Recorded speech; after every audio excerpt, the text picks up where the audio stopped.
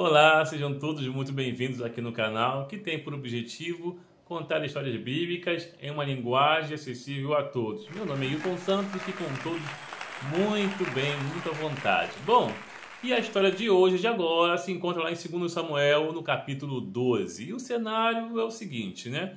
Após arquitetar lá a morte de Urias, né, aquela toda coisa, todo esquema, Davi vai lá e se casa com Batseba, leva ela para o palácio, ela já está grávida e tudo ok, beleza, certinho, tranquilo?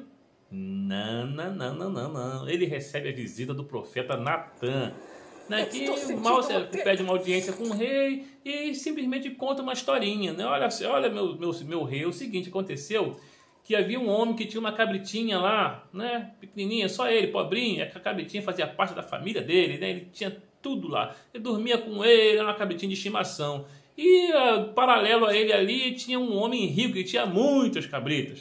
Aí esse homem rico recebe a visita de um conhecido, de um amigo, pega a cabritinha justamente do homem pobre para matar, para oferecer ao amigo dele, ao visitante, para fazer média.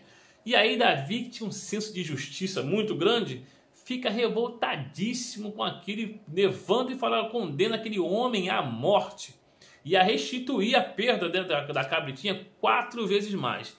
E aí que Natan, né, sabiamente fala: meu amigo, esse homem é você. E aí ele fala sobre a morte de Urias e como Deus, né, estava indignado, decepcionado com Davi diante do que ele fez com Urias.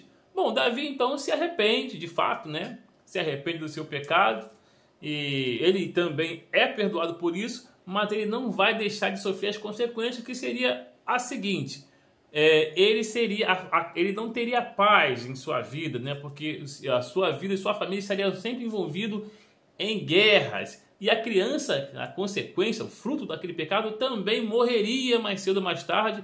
E ainda mais, né? O que ele fez em oculto, né? Que é violar a esposa de uma outra pessoa, aconteceria com ele, mas de forma pública, em plena luz do dia. Então ele também seria traído, né, em plena luz do dia. O que ele fez em oculto aconteceria com ele em público, né? Então tudo isso estava já fadado a acontecer em função do pecado que Davi cometera.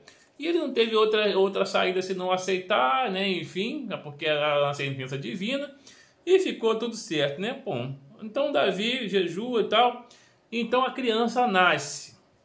Batseba concede aquela criança, a criança vinga e depois de algum tempo ela é acometida de uma doença mortal e enquanto ela está entre a vida e a morte, Davi se veste de cinza, se recusa a comer, fica em jejum, né? Tô feliz. Se comporta, né? Fica triste, cabisbaixo. Os servos tentam, né, convencê-lo a comer alguma coisa, aí ele se recusa e aí tal, e finalmente então a criança morre.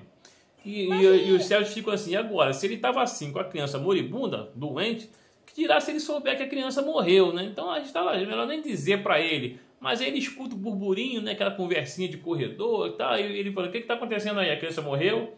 Aí os servos meio relutantes falam: morreu, beleza, fazer o quê? Aí Davi vai lá, toma um banho, tira assim as cinzas de si, se veste de novo, penteia os cabelos e volta a vestir umas roupas reais. E os servos ficam assim: não entendi nada agora. Quando a criança estava doente, você estava aí, moribundo, não queria comer. Agora que a criança morreu, você nem de luto está. E aí Davi fala assim: não, o que eu podia fazer por ela, eu já fiz. Agora morreu, não adianta mais, não tem o que fazer, morreu. Mas na verdade ele sabia que aquela morte era consequência do próprio pecado que ele havia cometido. Então ele sabia das consequências. O que ele tinha era a esperança de que Deus mudasse de ideia, né, e preservasse a vida daquela criança. Mas como tal não se deu, não aconteceu, então a vida segue. Pois bem, e Batseba depois daquilo também teve um outro filho, né? Chamou-se, que Davi aí chamou de Salomão, ou seja, o pacificador, né? Só que aquele filho, né, apesar de tudo, né, Deus amou aquela criança, tanto que o próprio Natan colocou o nome dele o chamava de outro nome, como era, de Gedidias, ou seja, o amado de Deus, o amado de Jeová, né? Então, Davi resolveu preparar aquela criança para ser um rei, né? Então preparou, ele deixou então aos cuidados, sob a tutela do profeta Natan. Assim como a mãe de Samuel fez há anos atrás, né? Algo parecido, né? Só que Salomão não saiu do palácio. mas ele vivia sob a tutela do profeta, sob a orientação do profeta Natã, preparando literalmente para ele ser rei um dia, né?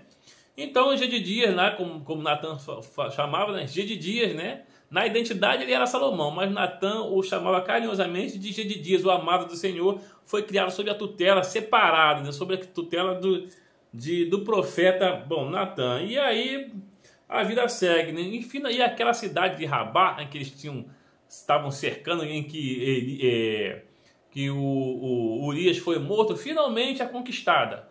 E então aí o Joabe fala assim: ó, meu rei, eu não quero essa glória para mim não, pode vir aqui você e conquista a cidade com toda a pompa e tal. Então Davi vai lá e conquista, né, acaba de conquistar a cidade, pega a coroa, né, do rei e posa sobre a sua cabeça, e é uma cidade muito rica, tinha muitos tesouros, Davi cata tudo lá e tal, e faz com que aquela cidade, para variar, né, como as outras cidades, lhes sejam servos, né, ou seja, carpinteiros, pedreiros, padeiros, etc. Então, mais uma cidade que se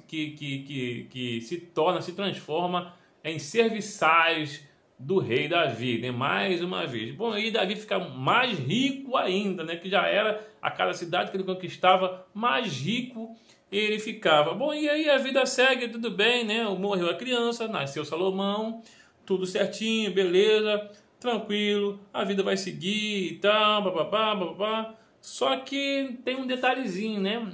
Salomão tinha outras esposas e outros filhos. Dentre esses filhos haviam 2 sujeitos que eram irmãos mesmo, né? Não eram meus irmãos, eram irmãos totais, né? Que era o mais novo se chamava Amon, né? E o mais velho Absalão. Esses dois ainda vão aprontar um pouquinho, né? Um pouquinho contra Davi, né? Davi vai pensar que a sua vida estava em paz, mas o que ele não contava é que esses 2 sujeitos aí vão aprontar um pouquinho. Só que isso já é assunto para uma próxima história, né?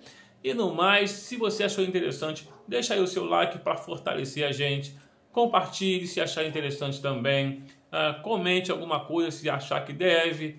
Se inscreva no canal se não for inscrito. Fique com Deus e pense nisso.